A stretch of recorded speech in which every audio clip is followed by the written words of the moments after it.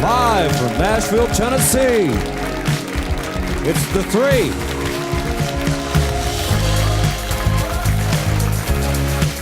With the Studio C Band.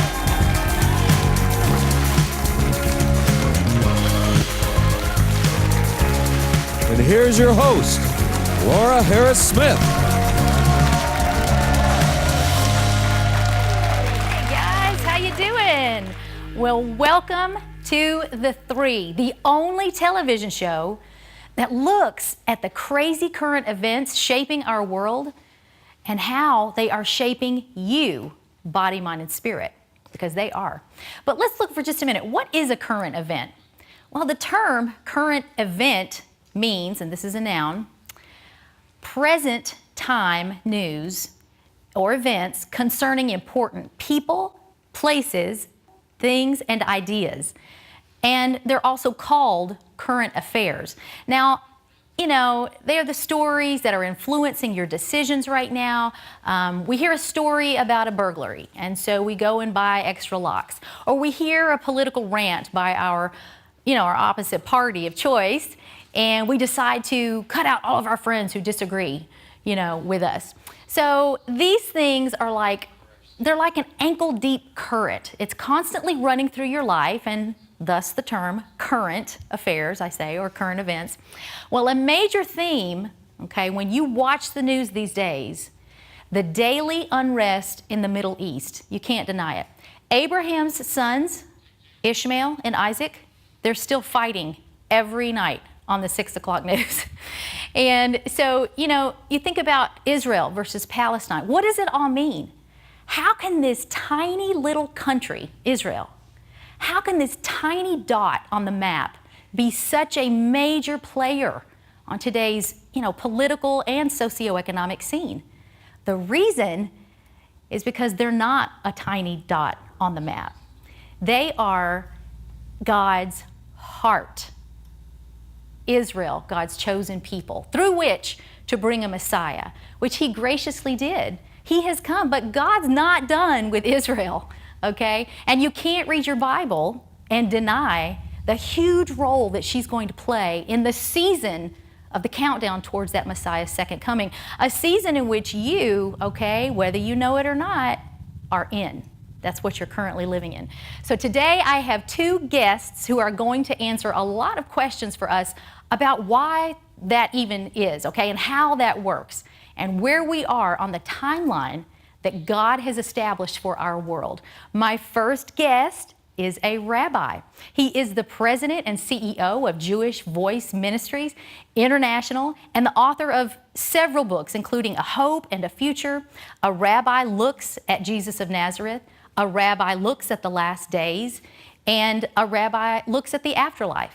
He is the host of Jewish Voice, a weekly television program seen on Christian networks actually across the globe, and on which I am honored to have been a guest before. So please welcome with me, if you will, Rabbi Jonathon Bernis.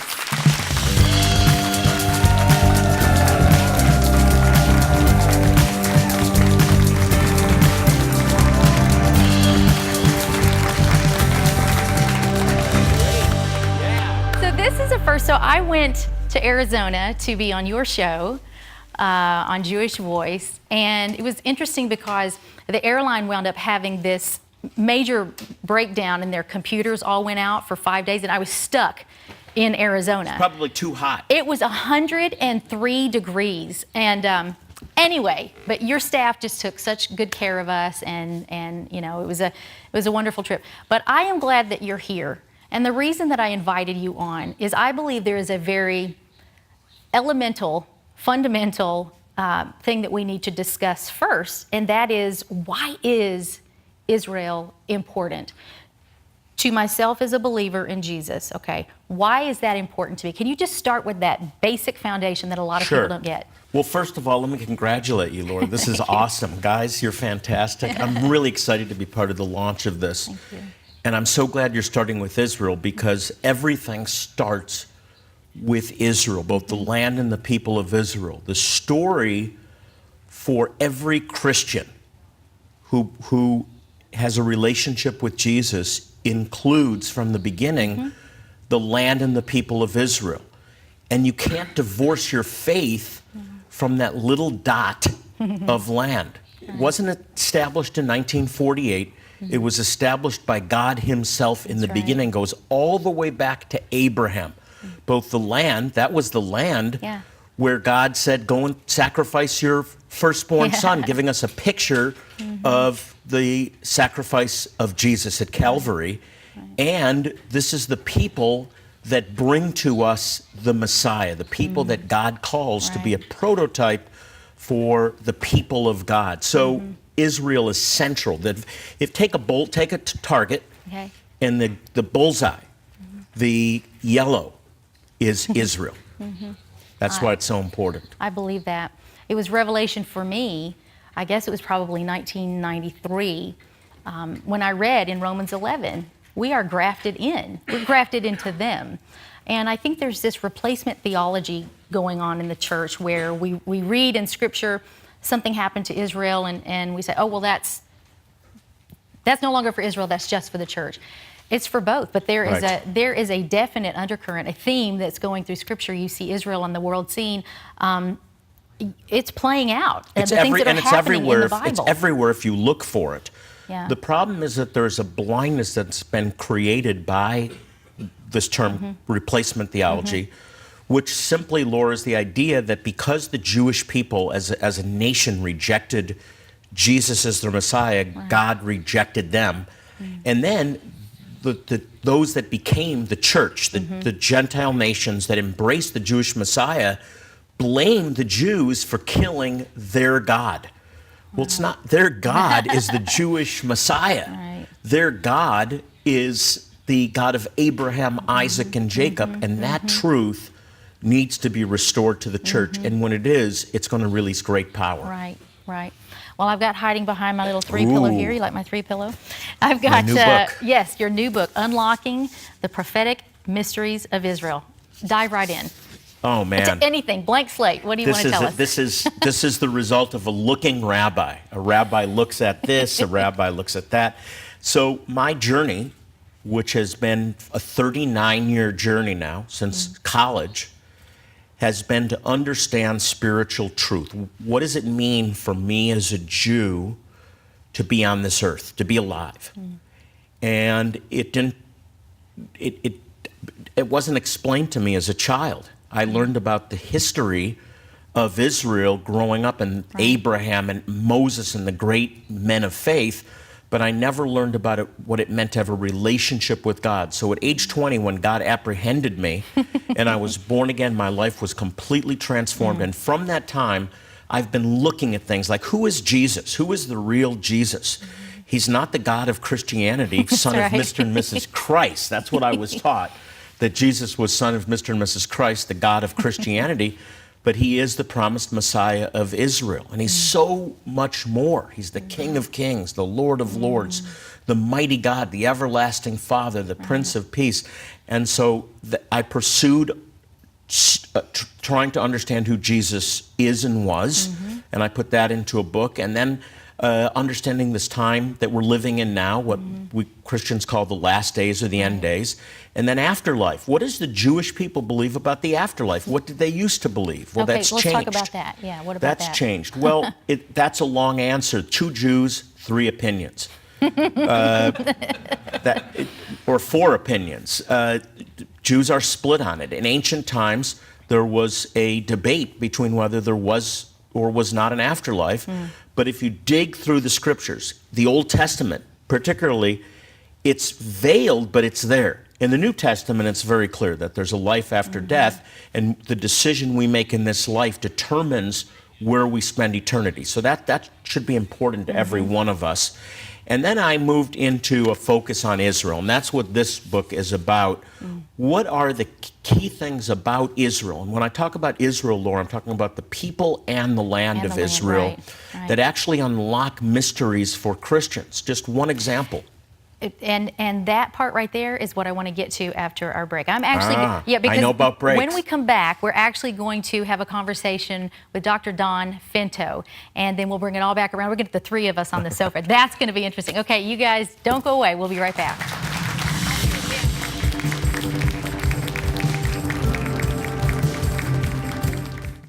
Hi, everybody. You know, I'm very sympathetic to people struggling with chronic sicknesses, especially neurological issues, because as a young girl, I was diagnosed with epilepsy, and I used to have a constant electrical storm in my brain, which would cause horrible convulsions.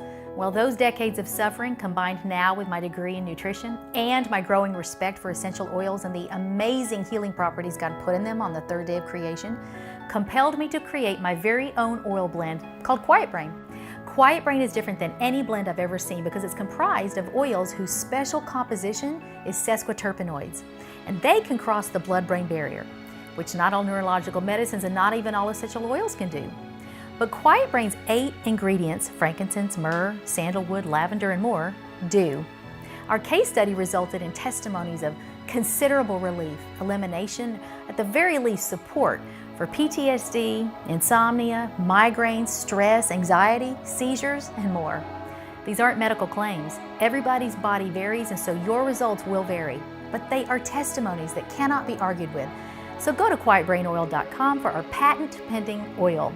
It comes in a roller bottle, a dropper bottle, which is great for diffusing, and there you'll also find our nasal inhalers, candles, shampoo and conditioner, and even our gift box with all the products, plus a diffuser.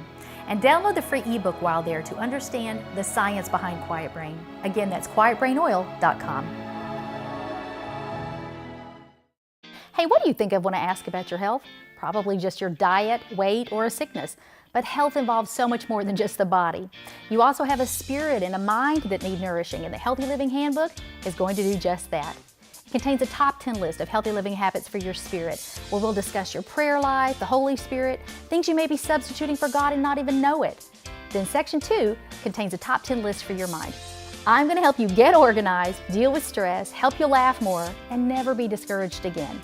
There's even a relationship quiz there that helps you make sure the people in your life are the right ones. Then in Section 3, there's a top 10 list for your body.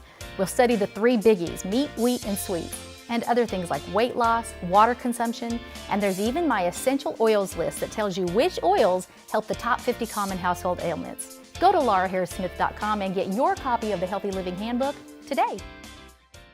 What if there was a reset button for your body, mind, and spirit? There is! I wrote the 30-Day Faith Detox so you could cleanse your body, renew your mind, and heal your spirit.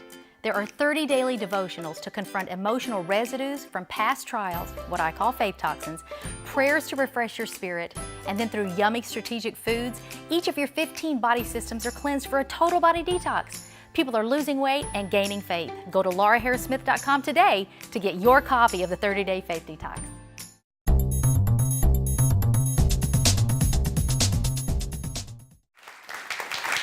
Welcome back to The Three, everyone. I'm Laura, and today we're talking about Israel. Now, my next guest is not Jewish, but you'd never know it. He's the author of Your People Shall Be My People. He's the pastor of pastors, he's a PhD, and he's my spiritual papa. Please welcome Dr. Don Finto.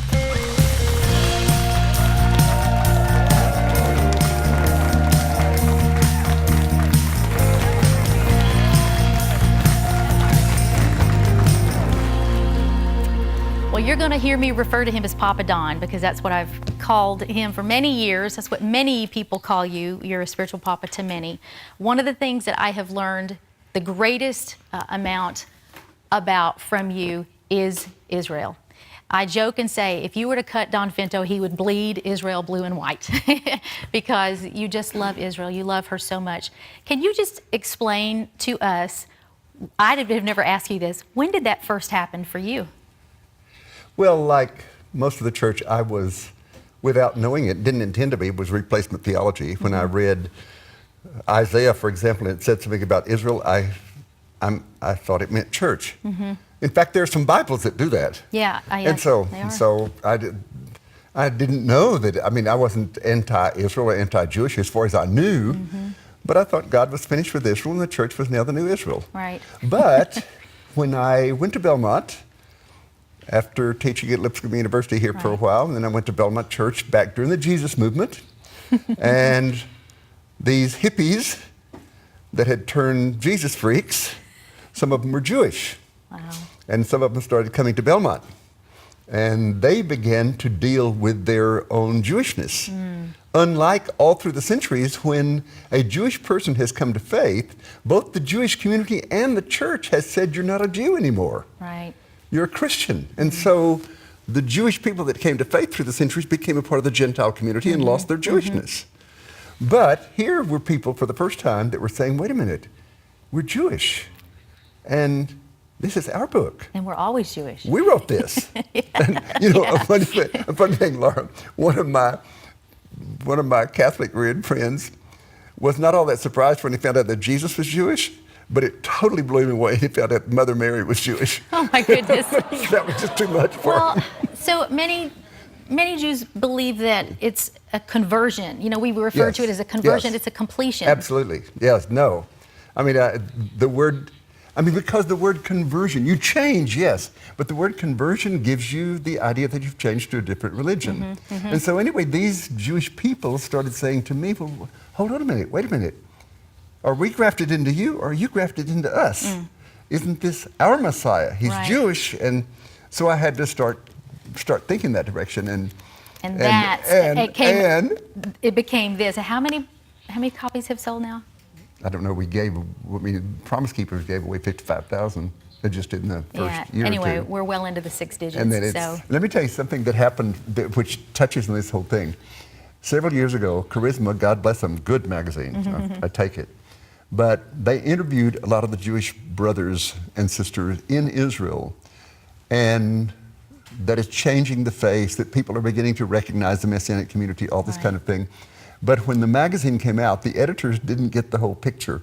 And so the front page said, the cover said, these Christians are changing the face of Israel. Oh boy. Well, my heart sank, because I knew that what they've been trying to say for years to the people inside Israel is, wait a minute, we're not Christians in the sense that we didn't change religions. We didn't become Christians. We're Jews. We've remained Jews. We're still Jewish.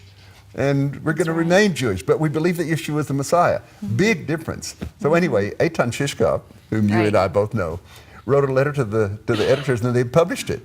And it said, we believe in Jesus, but don't call us Christians. Now, that may offend some people, but the whole idea is the believers in the first century didn't call themselves Christians. They called themselves followers of Yeshua, followers of Jesus, and followers of the way. So, yeah, it's a whole different way of looking at things. Well, I always say, I have this little poem. I think I've said my poem to you before, but roses are reddish, violets are bluish.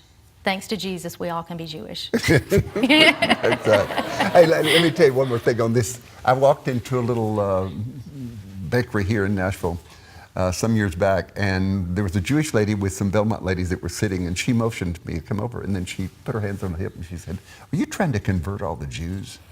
I said, "Oh no, we're the ones who converted. If you hadn't kept faith in the one true God alive, we'd still be worshiping sticks and stones. We just want you to recognize your own Messiah. Tell everybody at the synagogue. You don't have to leave the synagogue. Just tell everybody about him."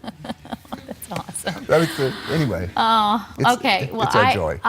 Yes, and I really want to get on to the next segment, because I'm going to have you and Rabbi Jonathon on my couch at the same exact time. So that's going to be awesome, and I can't wait to see the conversation that comes out of that. All right, well, there's more coming up, and I really hope that with this episode that we're able to just spark something in your heart. If you didn't already have a heart for Israel, I hope that you will be able to say that at the end of this episode, you do. Come right back, everybody. More of theTHREE in a moment.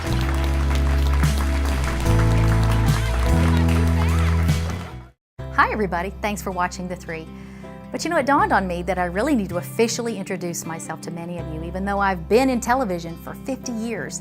My parents put me in my first commercial at age 3, and that path carried me all the way to the Shop at Home TV network, where I was a host.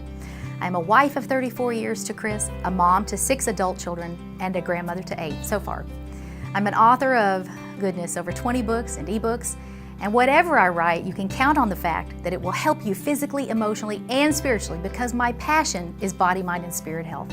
I'm a certified nutritionist with a degree in original medicine. And my husband and I pastor a phenomenal church in Nashville called Eastgate Creative Christian Fellowship, where we help people get healthy body, mind, and spirit. So if you're ever in the Nashville area, I hope you'll stop in and say hi. You know, God had a son, but what he wanted was a family. So he sent Jesus to come and get us. Likewise, I had a TV career, but what I really want is a TV family. As you can tell by now, I have always had one foot in media and one foot in ministry, and it's all collided now on The3. So please become a part of The3's family. Visit the link on your screen to give a tax-deductible gift and help me purchase airtime that takes this fun, relevant, faith-based show to a faithless world. Some TV ministries would then call you a donor or a partner, but I'm going to call you family. Go to the link and become a part of my TV family today. I can't do it without you. Thanks.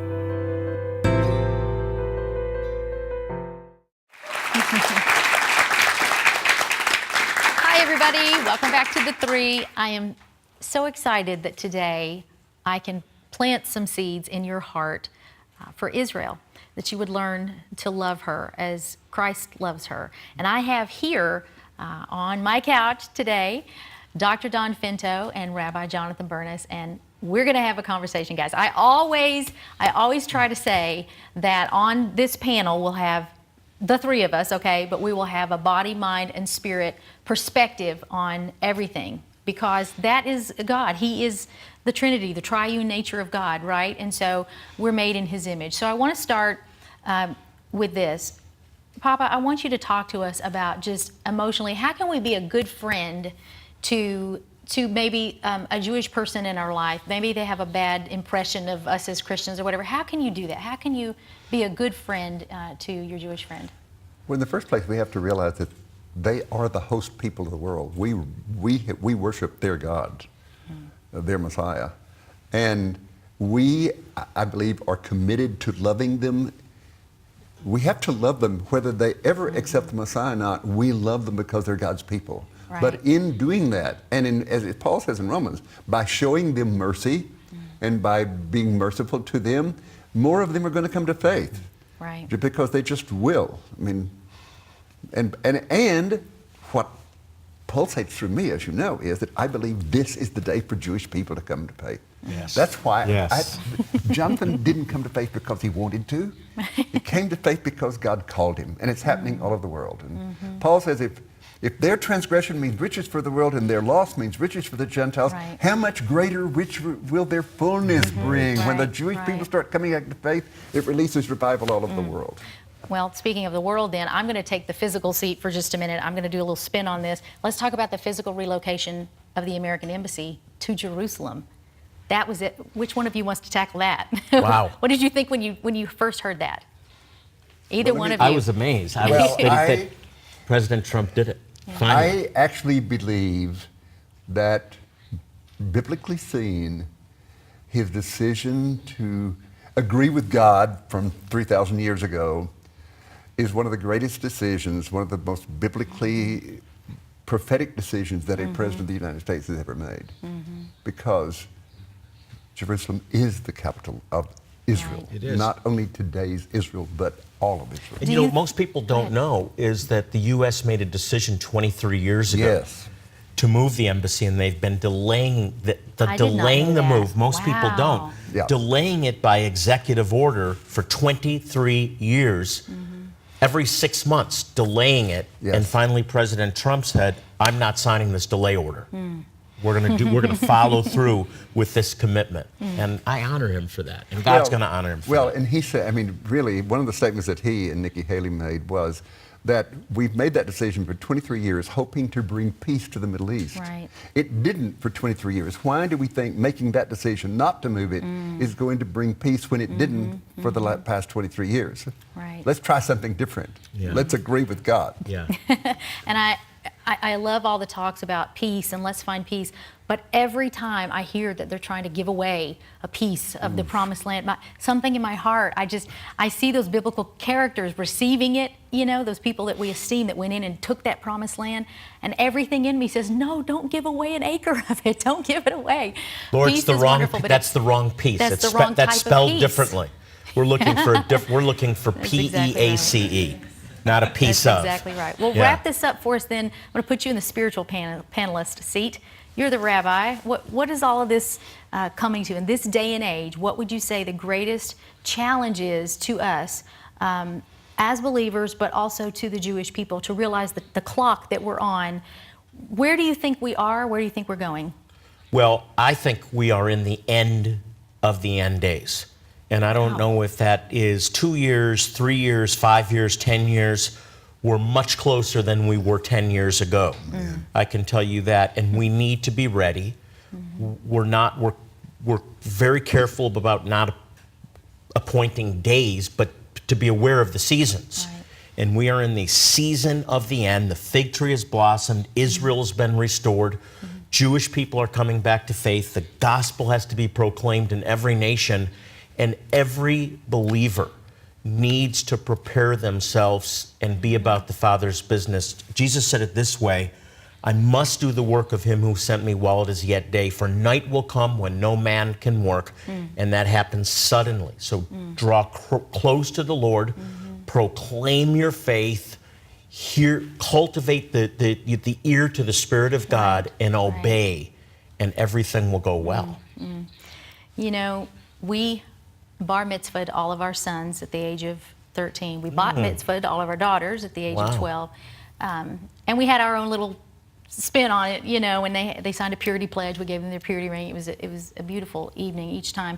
We have a menorah out, you know, with our Christmas tree. It has deepened our faith so much to go and look at the feasts. To, you know, as a church at Eastgate, we observe Rosh Hashanah, all of the feasts, and it has added to our faith so much. It hasn't distracted from it or subtracted from it.